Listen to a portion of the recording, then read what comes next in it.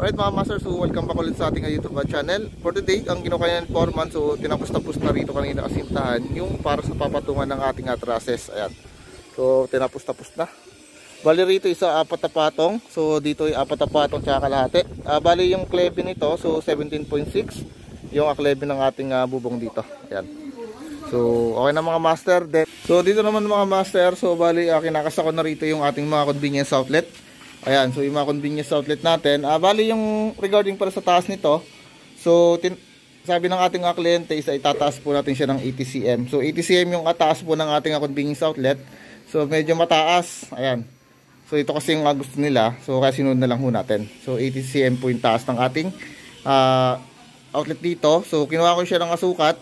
Center box po yung ating 80 cm. Okay. So dito naman sa baba mga master, bali tinatampakan na natin yung loob. So itong atansi na to, kung makikita nyo, ayan. So ito yung magiging ataas ng ating flooring. So kulang pa yung lupa natin. Bali yung mga lupa natin na hinangwas sa gilid. So ibinabalik na ho natin din eh. Ayan yung mga lupa dito. So di natin siya tinatapon. Tsaka yung hinukay natin doon, master dyan sa may kanal. So tinatapon na natin siya rito. Then yung ating fish pan dito, ayan. So may korte na. Bali ganito lang siya kalaki. Yan. So ito yung magkakatubig. Ngayon na pala mga master, so nilagyan din niya ng ng thermite control yung ilalim niya.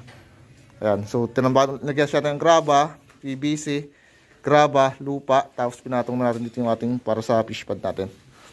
Okay, so yun mga master, bali update lang tayo sa mga susunod na araw.